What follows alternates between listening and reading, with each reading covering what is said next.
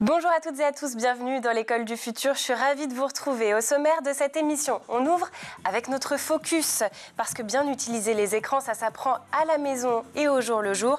Le Clémy vous propose un nouvel épisode de votre série préférée, La famille tout écran. Et puis c'est avec grand plaisir qu'on la retrouve sur ce plateau. Et Tanit Belaïch, bonjour. Bonjour Lisa. Quelle est votre idée derrière la tech aujourd'hui ? Aujourd'hui, je vais vous parler de ces jeunes qui délaissent leur écran d'ordinateur pour les bonnes vieilles notes à la main.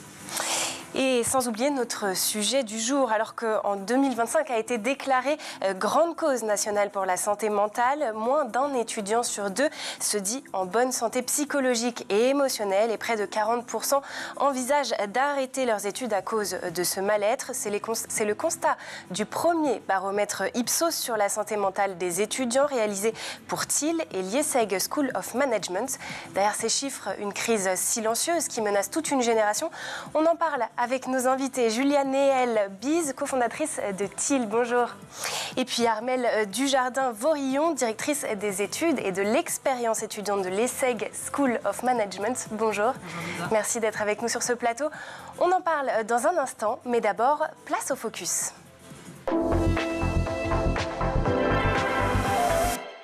Focus aujourd'hui sur une utilisation saine et maîtrisée du numérique dans les foyers. C'est avec le Clémy et sa série La famille tout écran. On se retrouve après votre nouvel épisode.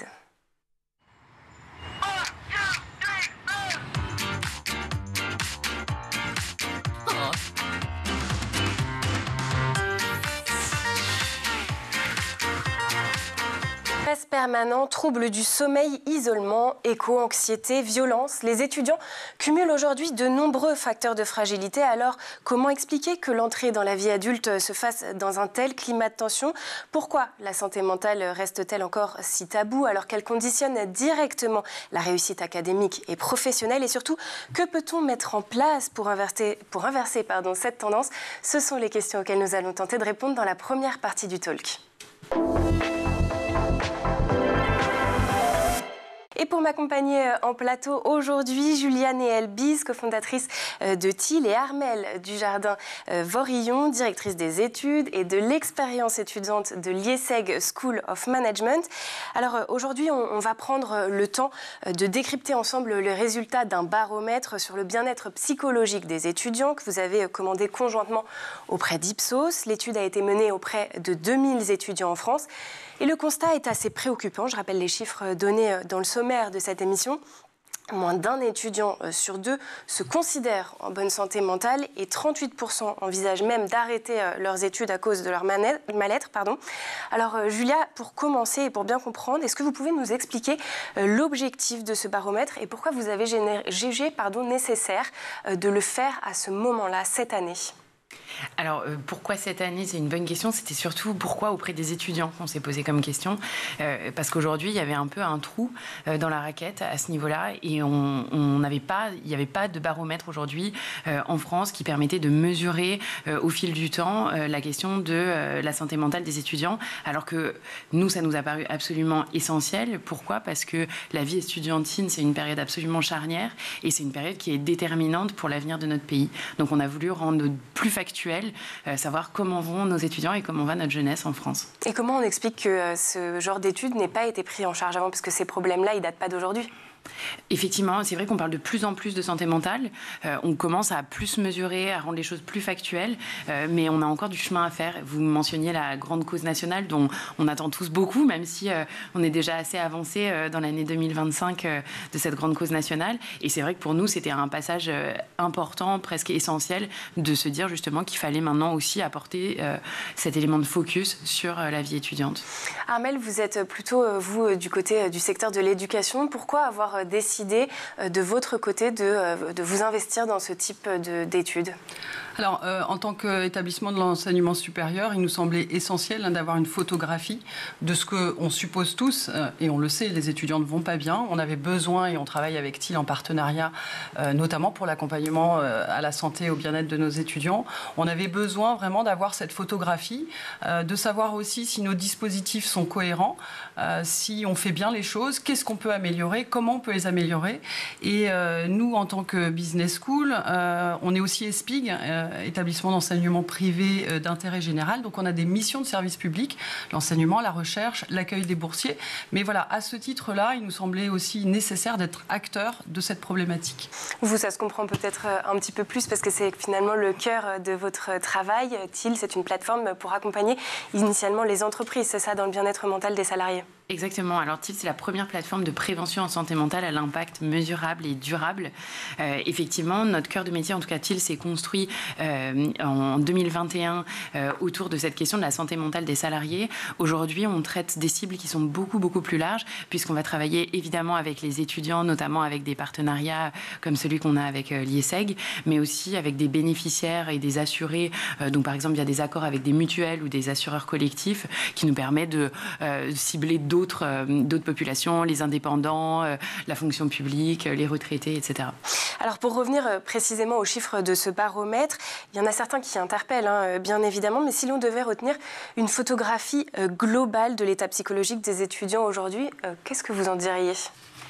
Je pense qu'il y a un message qu'il faut absolument faire passer, c'est que l'état global de santé mentale des étudiants n'est pas seulement alarmant, il est grave. Et donc vous mentionniez effectivement que seuls 45% se disent en bonne santé mentale.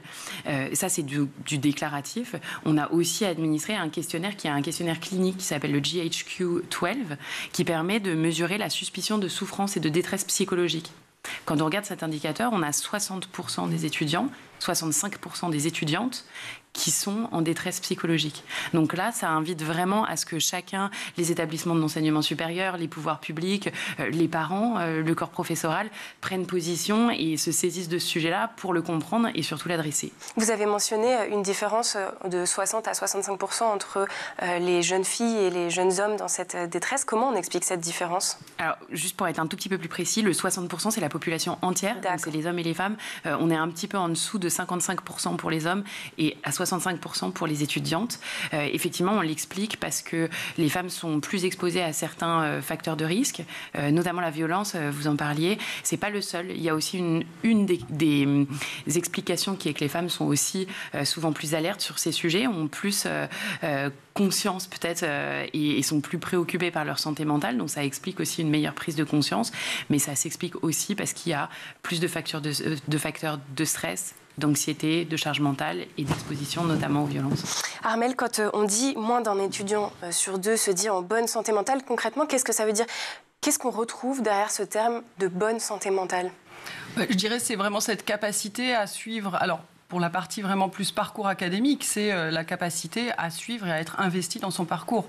Donc ce chiffre, il est particulièrement marquant puisque ça va avoir un impact réel sur leur capacité à s'épanouir dans leur parcours académique. Mais ça veut aussi dire que le parcours académique et les exigences académiques ont un impact sur leur santé mentale. Donc c'est aussi à nous, en tant qu'établissement de l'enseignement supérieur et aussi au pouvoir public, de se saisir de ces sujets pour pouvoir réfléchir à des modalités d'enseignement, des modalités d'évaluation et bien sûr à un accompagnement dédié à ce que disait Julia. C'est clairement alarmant et très grave. 3 étudiants sur 5 présentent une suspicion de souffrance psychologique. C'est presque le double de la population générale. Comment est-ce qu'on l'explique ça ? Alors, je pense que ça dépend aussi beaucoup de l'environnement dans lequel ils sont. C'est vrai que en fonction, et le baromètre le révèle bien, en fonction du lieu d'enseignement et du choix d'enseignement, il peut y avoir des disparités. Je pense qu'il y a vraiment, bien sûr, un ensemble d'enjeux et de facteurs. Le contexte environnemental, le logement, la finance, l'aspect financier est extrêmement impliquant. Il y a bien sûr le moment des étudiants. Les étudiants en première année, on sait qu'ils sont beaucoup plus sujets à une espèce de détresse, de sentiment de solitude. Comme le disait aussi Julia, il y a les jeunes femmes, les jeunes étudiantes qu'il faut qu'on accompagne. Donc voilà, c'est un ensemble de contextes et de facteurs qui vont avoir cet impact-là. Il y a aussi tout l'aspect, et là on le sait, géopolitique, les crises sanitaires, les enjeux liés au climat, donc qui ont un vrai impact sur nos étudiants. Les écoles professionnalisantes semblent s'en sortir un petit peu mieux. Comment on explique ce phénomène ? Alors, Peut-être parce que l'aspect pratique est davantage, attire davantage. Je pense que l'aspect financier des écoles professionnalisantes, outre le coût de la scolarité, engage plus vers l'environnement socio-économique, avec des stages, avec des expériences très professionnalisantes. Donc oui, peut-être qu'on peut se dire que ce système d'enseignement attire davantage parce que peut-être plus concret. Julia, vous vouliez réagir, je crois ? Oui, je voulais rebondir sur ce que disait Armelle sur les causes. Ce qu'on a vraiment vu dans le baromètre, c'est effectivement que c'est multifactoriel. Et en tout cas, les étudiants et les étudiantes l'attribuent presque de façon égale, un tiers à leurs études principalement. Donc Armelle l'a très bien expliqué, et ça invite effectivement à repenser certains schémas, certaines façons de fonctionner au sein même des établissements et du cursus. Un tiers à des facteurs externes, et donc là on parle effectivement du contexte géopolitique, climatique, mais aussi à la pression des réseaux sociaux, à l'hyperconnexion et à l'impact que ça peut avoir sur la santé mentale, et un tiers qui dit que c'est les deux de façon égale. Donc je trouve que ça invite aussi vraiment à avoir cette réflexion très très globale, et à se rendre compte aussi peut-être que les plus jeunes générations ont des aspirations plus fortes liées à leur santé mentale et demandent plus à ce que ce soit pris en compte dans la société, dans leurs établissements. Et nous, on le voit aussi chez TIL, ensuite quand ils rentrent dans la vie active. Et effectivement, le chiffre qui nous a vraiment un peu bouleversés, c'est ce 38%, vous disiez presque 4 sur 10, qui disent on pense arrêter nos études pour des raisons liées à notre santé mentale. Et ça nous invite tous à la réflexion, parce que ça renseigne évidemment sur le mal-être, mais ça renseigne aussi sur notre capacité collective à construire une génération qui va être intégrée sur le marché du travail, qui va être formée et qui est prête à relever les défis, à relever les défis qui l'attendent. On le comprend, jamais une génération d'étudiants n'avait exprimé autant de mal-être. On fait une courte pause et on poursuit nos échanges dans un instant. D'abord, cap sur la planète tech. Internet comme vous ne l'avez jamais vu, c'est la sélection de Dylan Kohler.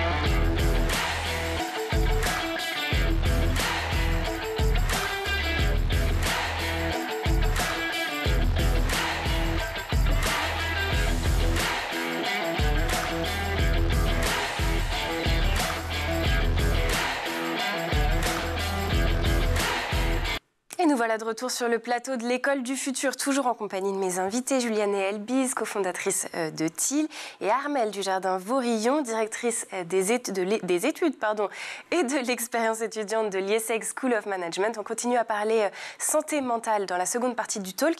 C'est juste après la chronique d'Etanit Belaïch qui a une idée derrière la tech.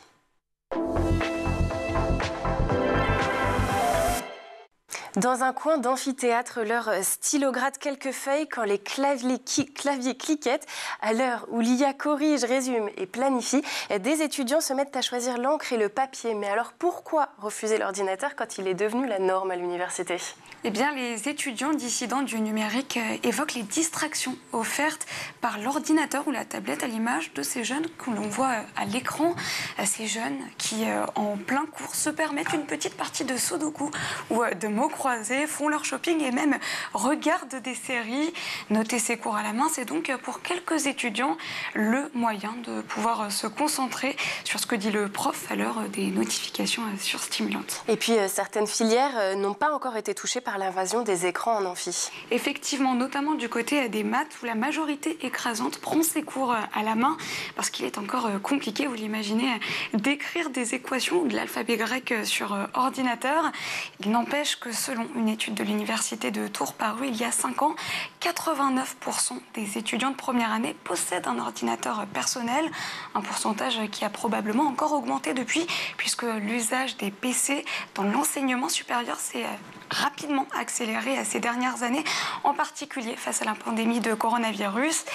C'est aussi sans compter les 9 étudiants sur 10 qui utilisent l'intelligence artificielle aujourd'hui dans le cadre de leurs études selon une enquête du Digital Education Council publiée il y a 1 an. Et pourtant, 47% des 16 à 21 ans préféreraient vivre dans un monde où Internet n'existe pas. C'est ce que révèle une étude britannique de la British Standards Institution dévoilée fin mai.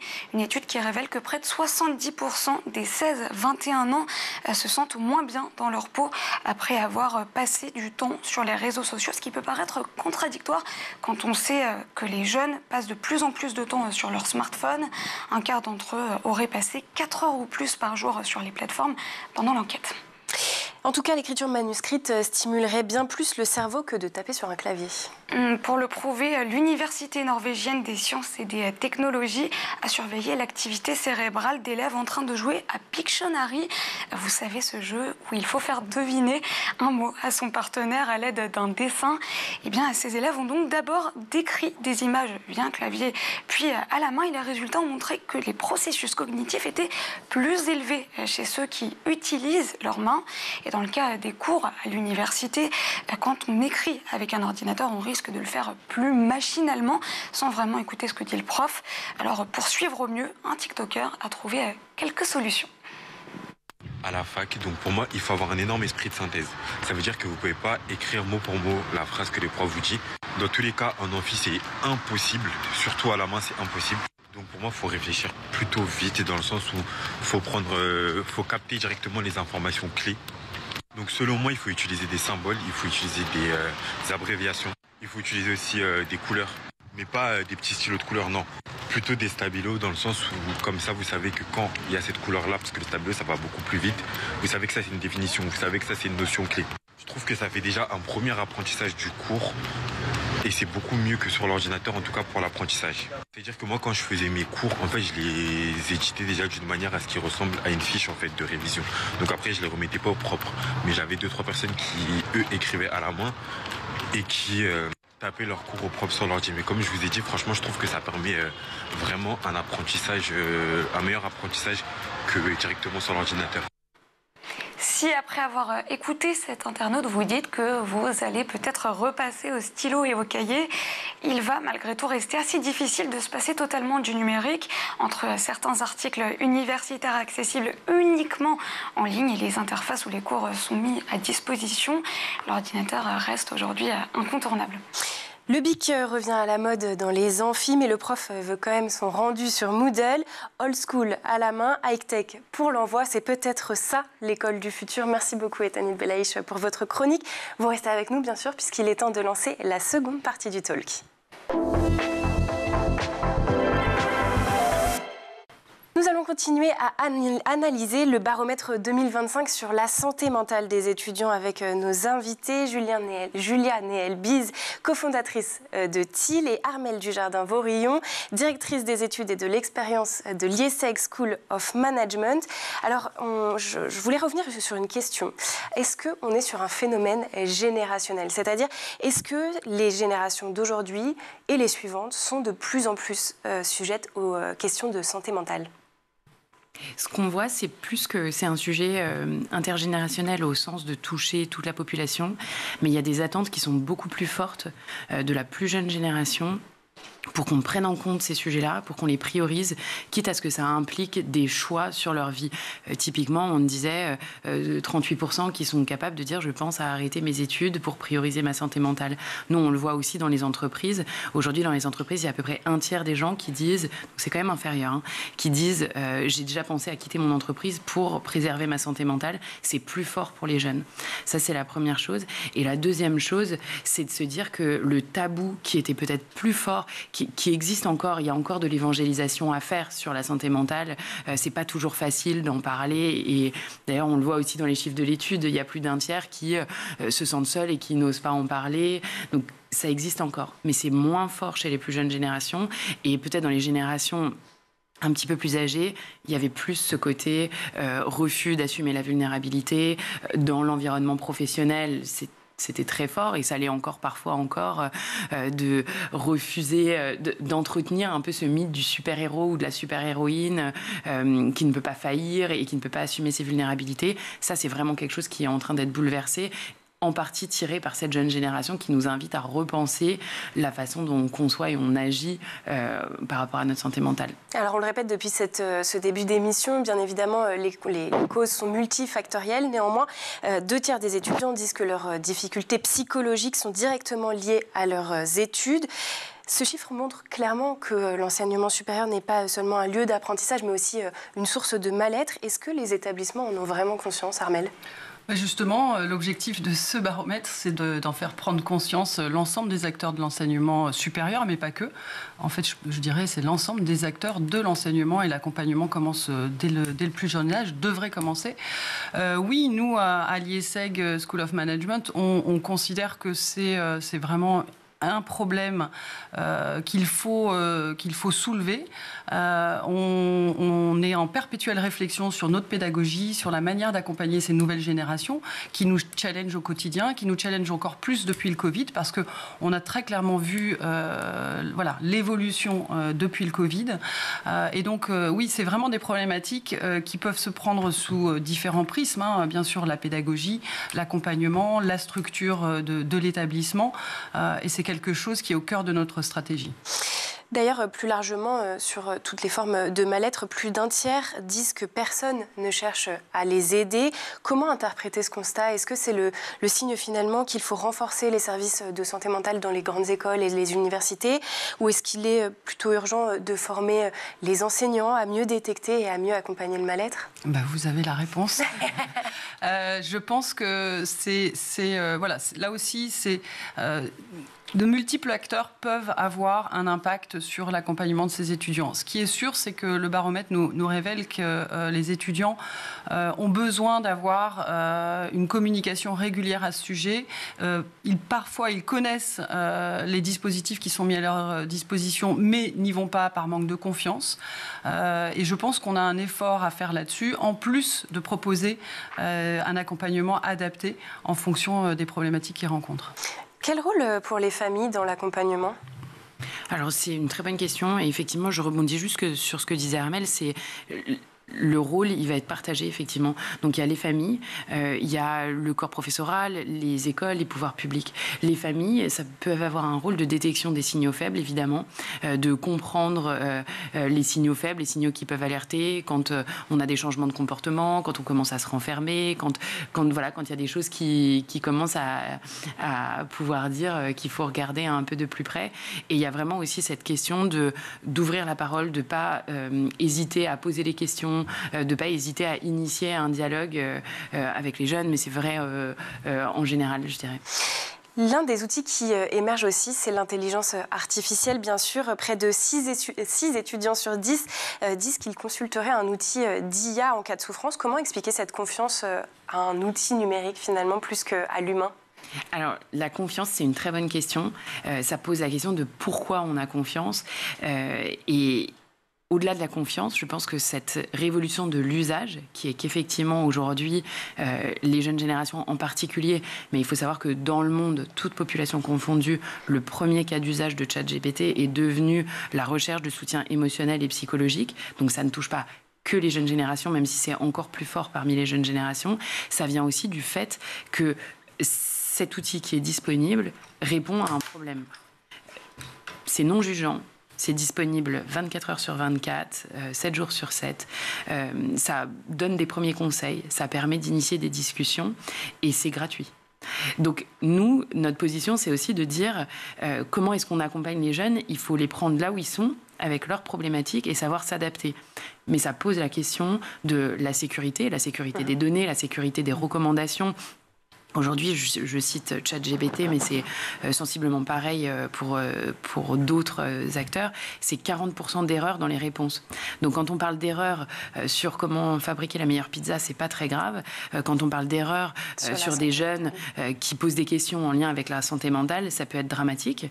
Et ça pose aussi la question de comment est-ce qu'on encadre, comment est-ce qu'on régule et comment est-ce qu'on met les garde-fous.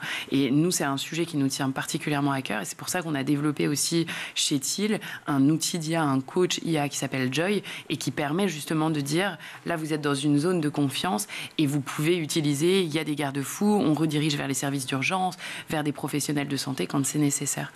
Et je trouve que ça pose une question qui est majeure pour les jeunes et c'est aussi comme ça que les parents peuvent aider le corps professoral, les pouvoirs publics, c'est l'éducation à ce que peut apporter et ce que ne doit pas apporter l'IA.